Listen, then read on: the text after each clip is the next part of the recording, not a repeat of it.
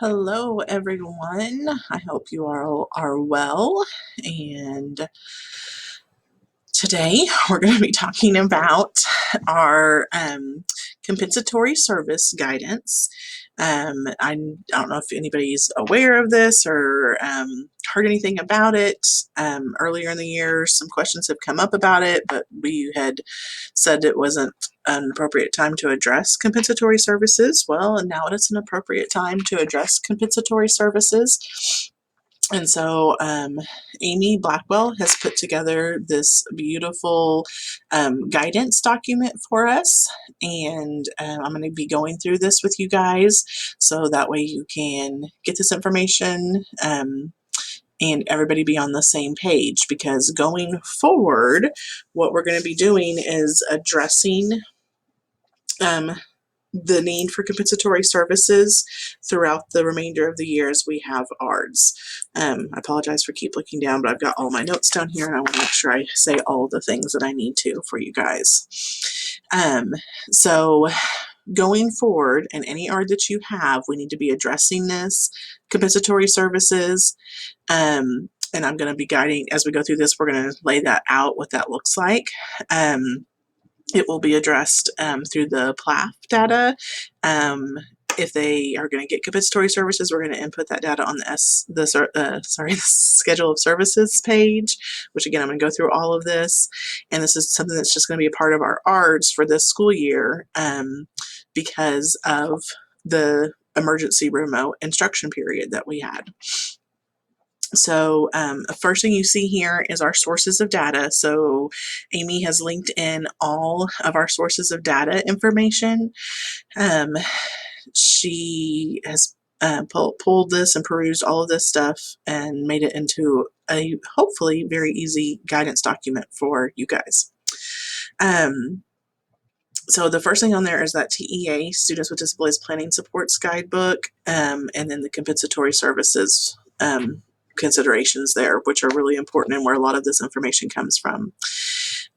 Usually when we talk about compensatory services, we think of it kind of like a punitive measure because usually it's coming up in court cases and things like that. This is one of those rare times that it has to be considered because the whole world stopped and we went away from school for about 2.5 months during that emergency remote instruction period. And then because of that, we were not able to implement our IEPs fully and such. And so we need to address the fact that our students may or may not need compensatory services moving forward. Okay. So again, this is a guidance document, okay? It has to be individualized. Decisions are going to be made on a case-by-case situation. You're going to have students who don't need any compensatory services. You're going to have some kids who might need just a little bit, and you might have some kids who need quite a bit of compensatory services. So we're going to talk through all of that as we go through this guidance document. Also, another statement on here that's really important, as with our COVID-19 health crisis, things are always changing, okay?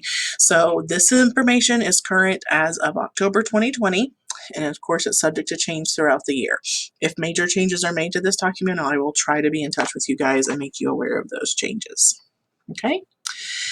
All right, so let's get into it. So here's the TEA definition, and Amy put this in because it's very important that we are all on the same page as to what TEA is saying as far as compensatory services right now.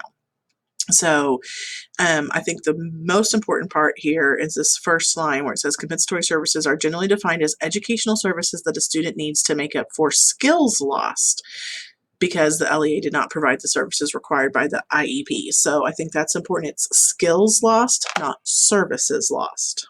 Okay.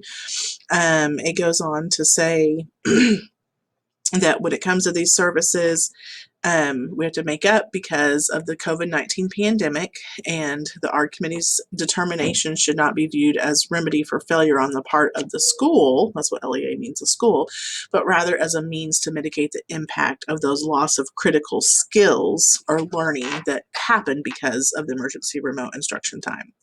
So I like this from TEA because it's kind of saying it's not our fault. It's not the school's fault. It's not anyone's fault. No one did anything wrong. It is what it is. A global pandemic happened, and now we have to make sure that our kids are getting what they need because of that global pandemic. Okay. It goes on to say, in some cases, the practical realities of the COVID-19 or so COVID-related health and safety concerns or requirements will prevent the LEA, which is the school, from providing the instruction services spelled out in the student's IEP. So in response, the LEA or the school will need to take steps to ensure that ARD committees address on an individual basis whether and to what extent this may have resulted in the need for compensatory services. Okay, so basically saying we've got COVID happened, we've got to provide and at least discuss compensatory services and the need for those during this time. If you notice, there's no dates in here, so they don't say like by spring 2021 this should all be gone away. We don't know. We don't know with COVID pandemic how long this is going to go on, and so we are going to be considering it through this school year, but just be aware that this might be an ongoing thing until we have some more solid data and some more information about COVID and what needs to be going on. Okay. So here is just like some general information about our compensatory services. So again, it's not intended to be a minute-for-minute recuperation of services missed. So I think that should give everybody a big sigh of relief. It's not about the number of services and we have to make it at minute for minute. It's about the skills that they lost and what we think is going to help for that student's skill lost. So as you can see on this next bullet, the intent of it is to compensate for lost progress, okay? Not the instruction or services, but for the skills and the progress that that student has lost. Okay, and again, like I said at the beginning, not all students in SPED are going to require these services. We need to look at the data, and the data is going to help us decide if they need it and to the amount that they need it. Okay. Again, it has to be individualized. This bullet point is very important. So if the student's data shows that the student has not lost progress or that the student will be able to make up for the lost progress in a short amount of time without the need for compensatory services, then the ARD committee might determine that the student does not need compensatory services. Okay, I love that. It comes straight from TEA. So even TEA is saying there are some kids that may not need these services. It's going to all be based on the data. Okay. Let's see here. So then this next part, the ARD committee is the only group that can determine the need for compensatory services. Okay, so we are the only ones that can make this determination. It can only happen in an ARD meeting, and so this is why it has to be addressed in those ARDs. And so the ARD is responsible for determining if they require the services and then what those services will look like. And again, we're going to go through all of these things. Big important thing with all of this is the least restrictive environment has to be considered. Always has to be considered, like everything, but especially when we're talking about compensatory services. We have to be mindful of that negative impact of pulling them from that instruction, okay? So, and again, TEA says it beautifully right here. It says, overloading a student with compensatory services may ultimately do more harm than good. Likewise, removing a student too often from his or her routine, settings, peers, and classes once school reopens in order to provide them with compensatory services may have a negative impact on the student's social and educational progress. Sorry. So again, we need to be mindful of LRE, okay? Pulling them out even more may not be the answer to this, okay? This next section really doesn't apply to teachers. This part here is just talking about if during that emergency remote instruction, if we were in the middle of an initial evaluation, this gives us things that we need to consider for that initial evaluation, but you guys will not really be a part of that.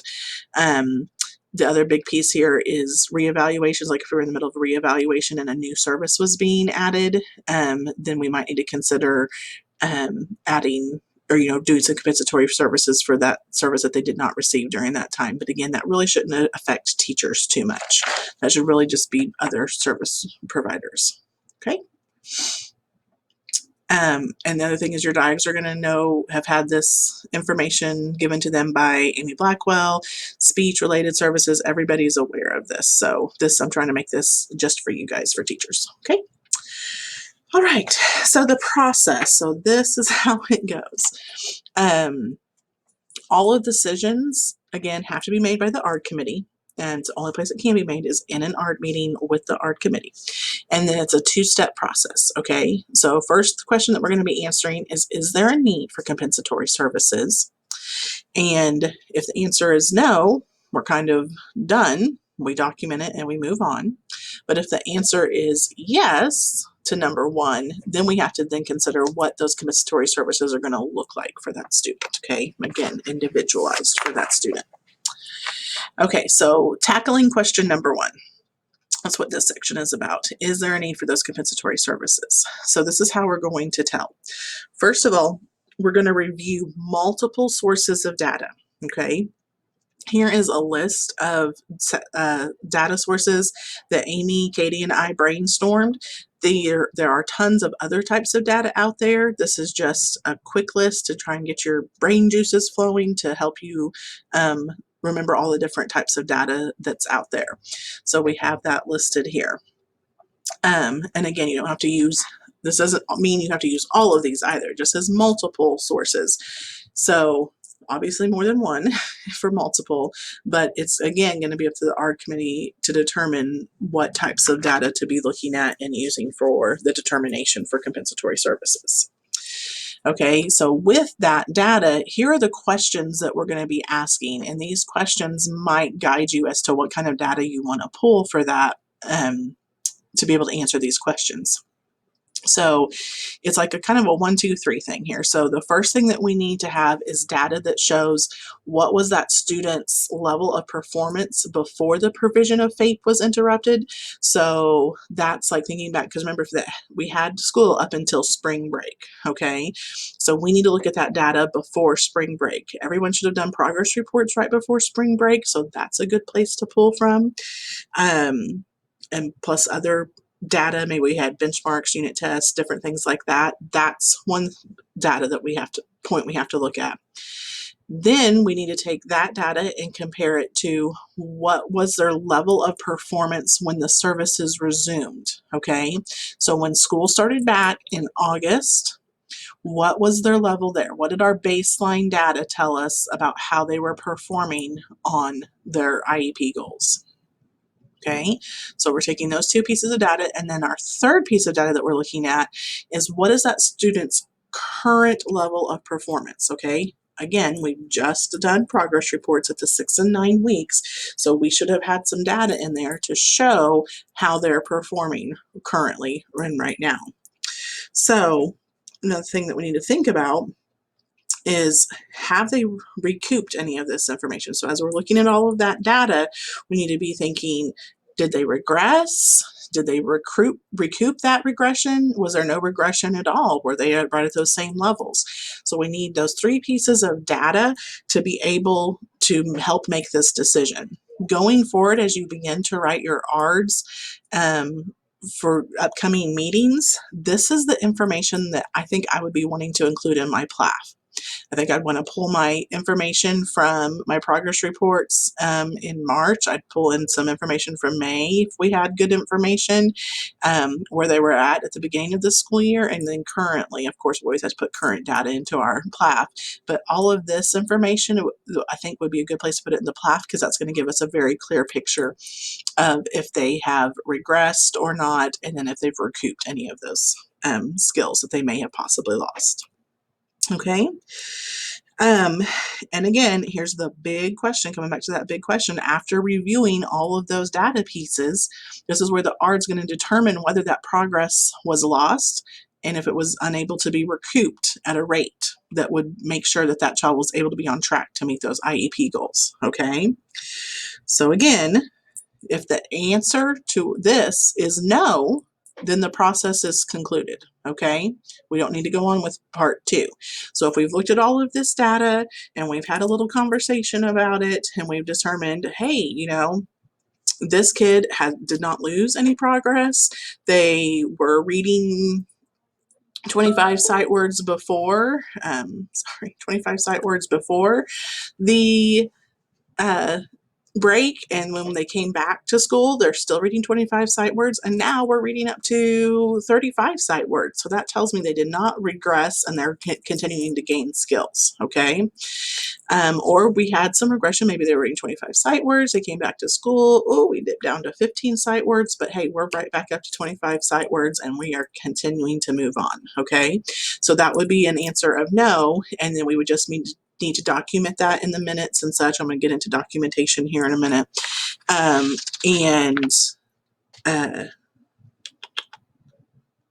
Just making sure I'm not missing anything. Yeah, making sure that we document it in the minutes, and then that they do not need compensatory services, and this is the data that we reviewed to make that determination. Okay.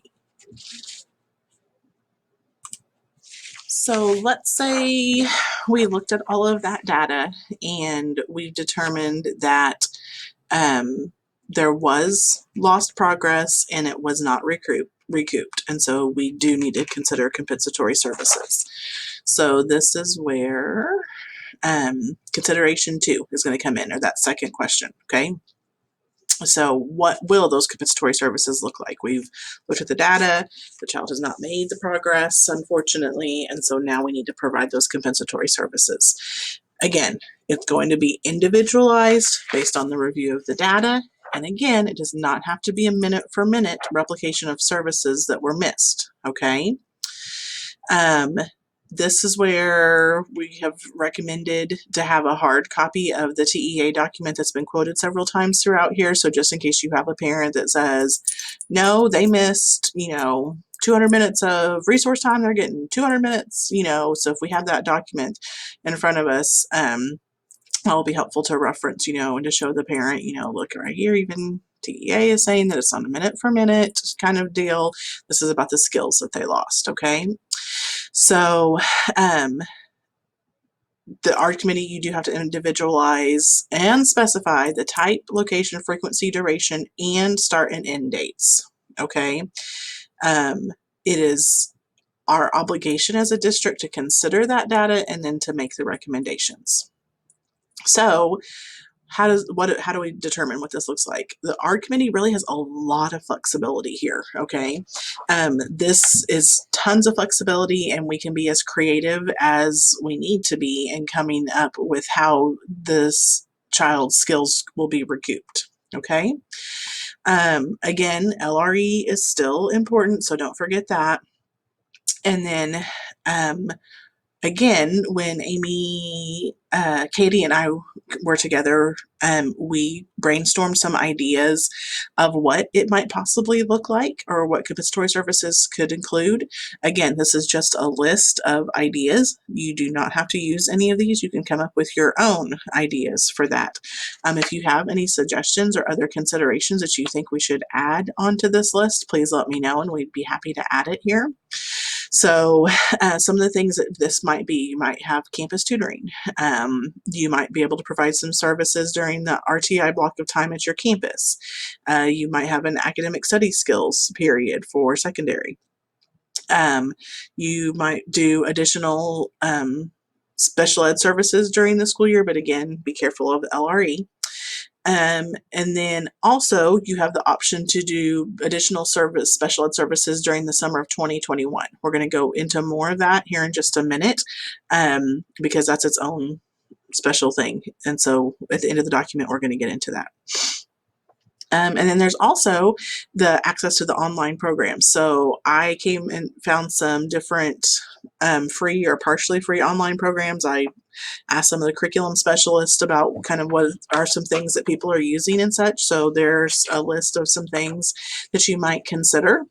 Again, it's not an exhaustive list. You can choose other things. And if you think that there's something that needs to be added, please let us know.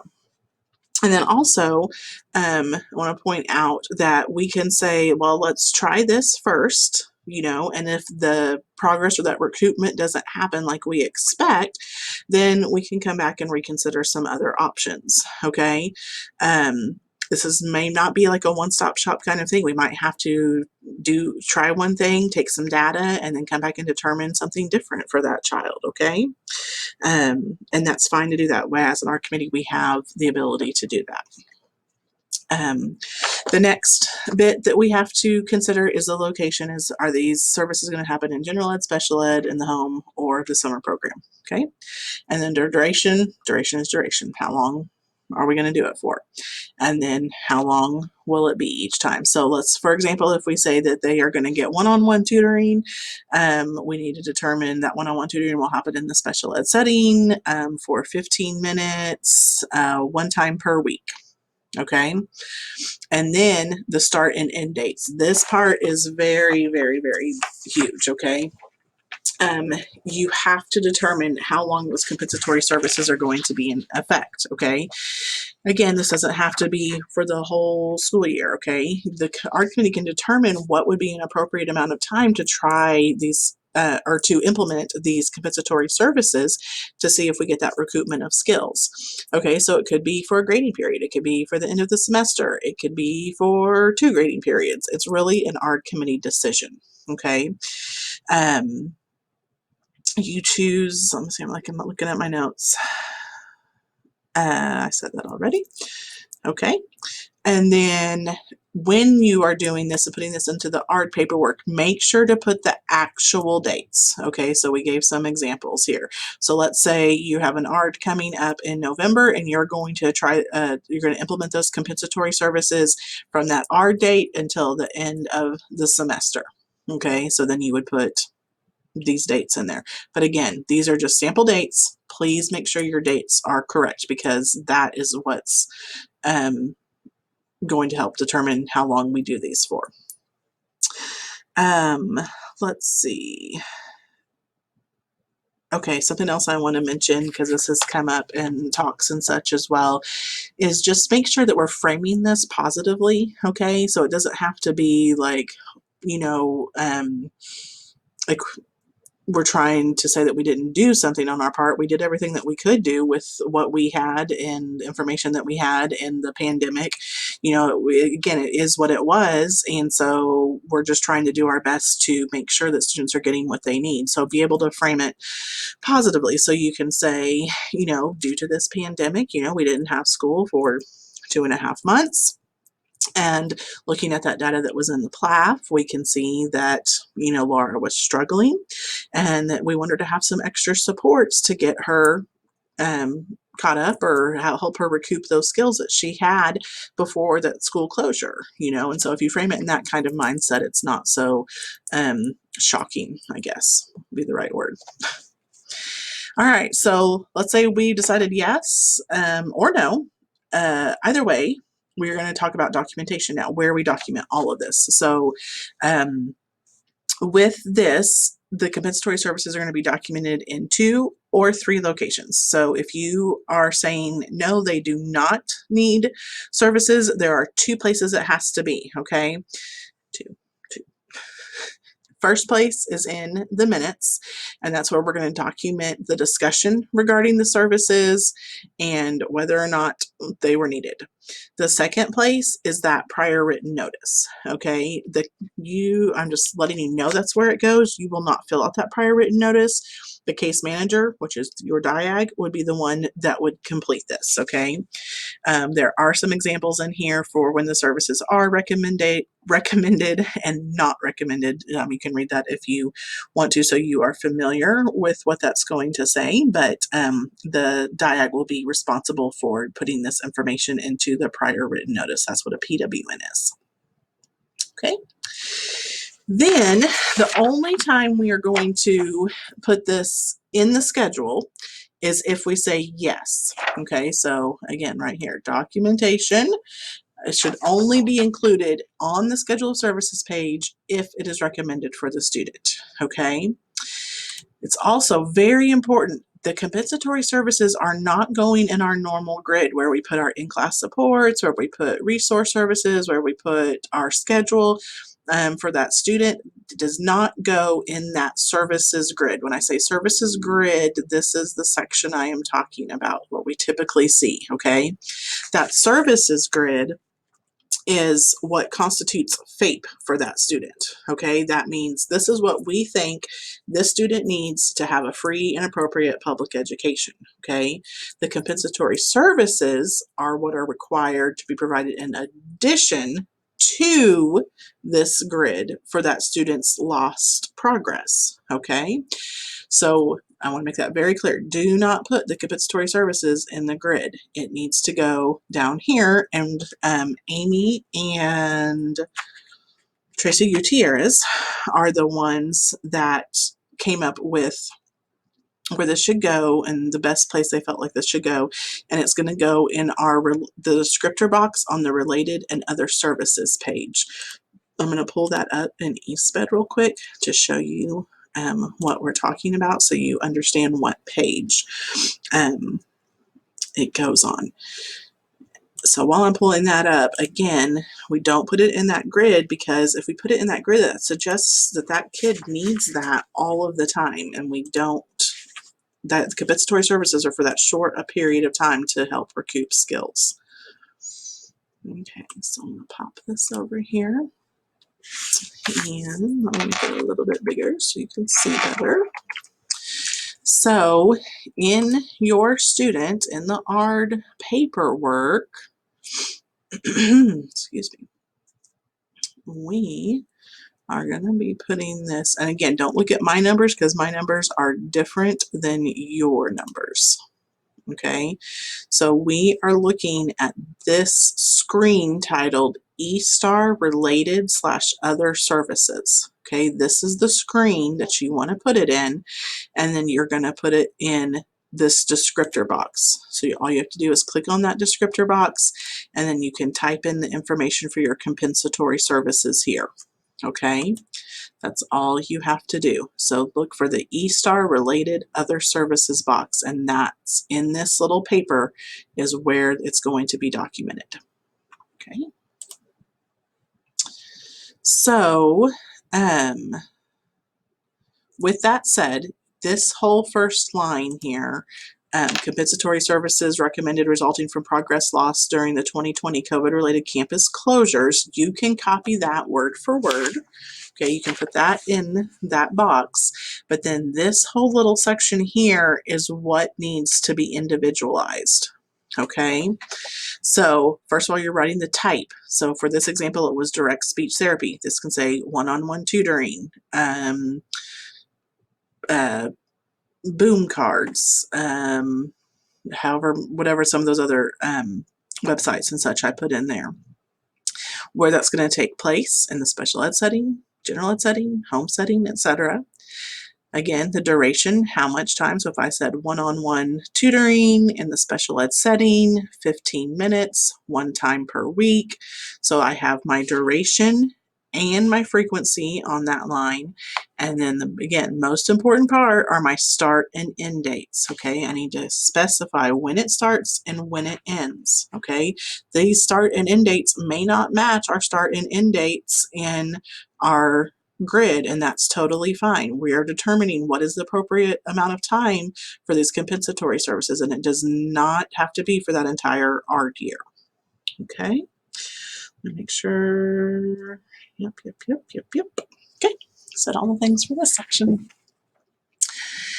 All right, and the last little bit about the summer services documentation. So let's say you guys decide, yes, the student does need compensatory services, and we've determined that we want these services to be provided during the summer, okay? And you recommend that as the best option for this student. So right now, first of all, Summer services is what we need to be calling it. It is not ESY, okay? Do not call it ESY. ESY and compensatory services provided during the summer are two completely different things, okay? So be very careful that we are very clear that we are talking about compensatory services being provided during the summer. ESY is its own thing and it has to have its own discussion, okay? This is about compensatory services. So this part that's bolded is very important. So again, we have to say the specification of the frequency, duration, and start and end dates, but we're going to be talking about that that's going to be deferred until the end of the school year. And the reason for this is right now, it's too early in the year to even talk about summer programming. And then this section right here is what we're going to end up putting in the prior written notice, but this is why we're not making this decision right now, is because as a district, we had not determined what programming for summer 2021 looks like. We don't know what regular summer school looks like. We don't know what ESY, we don't know what any of those things look like and the dates and such. And so because none of the summer programming has been finalized at this time, this is why we're having to defer this conversation about the frequency, duration, and start and end dates. Your type is obviously going to be the summer services and, one-on-one tutoring or, whatever it might need to look like, that type. But when the specification of how much, the duration, and the start and end dates are going to have to be deferred because we haven't come up with that plan yet. Or again, it hasn't been finalized. That's a better way to say it. It hasn't been finalized at this time. Okay. So again, it can just be documented in the minutes, that yes, we agree that the student does need compensatory services, but because the programming hasn't been finalized yet, that we will come back to ARD, or actually come back and do an IEP amendment to discuss those frequency, duration, and start and end dates and put that information into our ARD document. Okay. Again, if we put this phrase in here, it's going to help us so we don't have to come back to do another ARD. It can be an IEP amendment. Of course, parent always has the right to call an ARD at any time. But with this being in here, that will help us tremendously at the end of the year just to be able to do an IEP amendment to change that.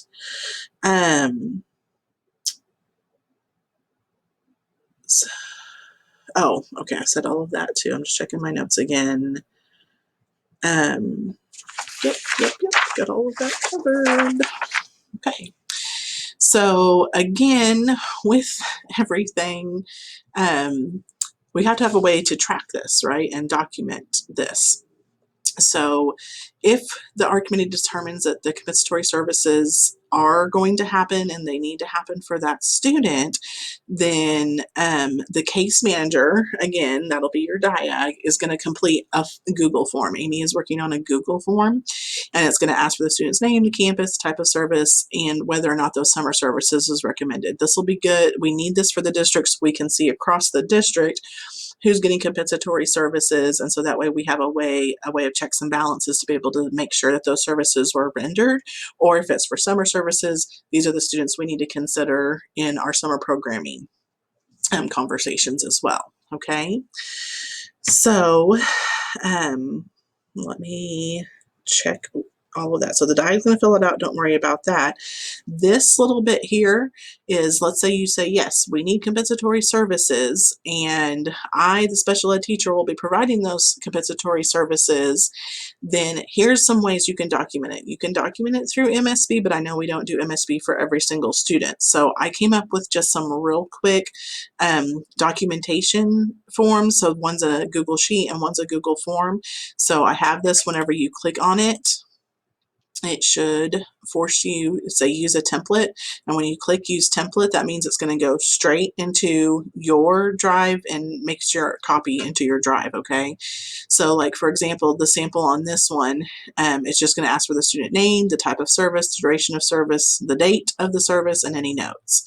So example, Laura, she was receiving one-on-one tutoring for 15 minutes on November 15th. We worked on reading CVC words, and Laura was able to read 15 of the 20 words independently.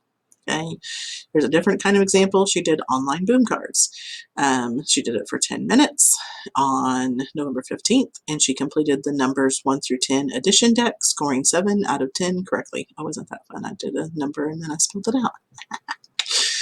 Anyway, so that's there for you if you want to use that. And again, you can use this, it's just a shell, and you can make it however you want once you use the template. Or I have a Google form if you're a Google form kind of person and you like all of your stuff all done for you. Again, you just type in your student name, type of service, duration of service, the date, and any notes. That's where your data should be going. Okay, because again, we're talking about them being able to recoup those skills. So we need to be taking data on those compensatory services to make sure that they are actually recouping those skills. Because if they're not, then we need to come back to ARD to discuss further and see if we need to consider a different type of compensatory services, or we need to continue, like if we're seeing some progress but not where we would want to be, then maybe we continue this for a little bit longer. So it's very important that we have the data on these compensatory services. Okay, some final notes for you guys that I wrote down here. I think I've already said this, but just in case I didn't, all of this information that you're seeing has been shared with speech, it's been shared with DIAGs and your related services providers, and then it's also going to be shared at the next principal meeting as well. So everybody will be on the same page as far as compensatory services are being completed during this time. Again, this discussion has to happen in the ARD, okay? It may be super easy with some parents, it may be a little awkward with some parents, but this discussion has to happen. We can't just put in the minutes that we discuss this because I put the information in the PLAF or, whatever that is. You have to actually bring this up, and again, we just make it positive. So again, based on this data that we have here, Laura didn't show any regression during the emergency remote learning period, so we're not going to be considering any compensatory services for this time. Or as you can see from this data, it's showing that Laura had some regression and she's having trouble recouping that, and because of that emergency remote learning and that extra time away, that recoupment is taking longer than expected. And so here are the services that we would like to provide to help her to recoup those skills. Okay. Then another big thing for those ARDs that have already been held. So let's say you've already held an ARD. All you need to go back is look at those kids and you need to look at your data. If that data shows no regression or it shows a recoupment of the skills, then there's no need to go back to ARD. Okay. If the data indicated that there was regression and the recoupment has not occurred, then we need to go back to ARD and address compensatory services, okay? That can be done through a revision ARD, but we need to go back and do that, okay? And then also if a parent starts asking about it, because you know how we have a lot of parents, they all start talking and such, which is just fine, they should.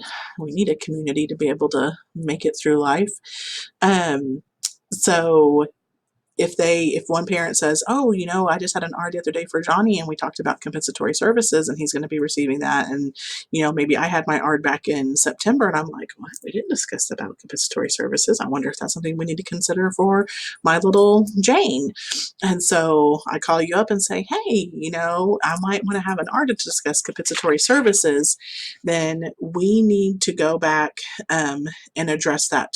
Even if the data shows that they did not have any regression or they had regression, but they've recouped that information, if the parent brings this up, then we need to go back and have a revision ARD.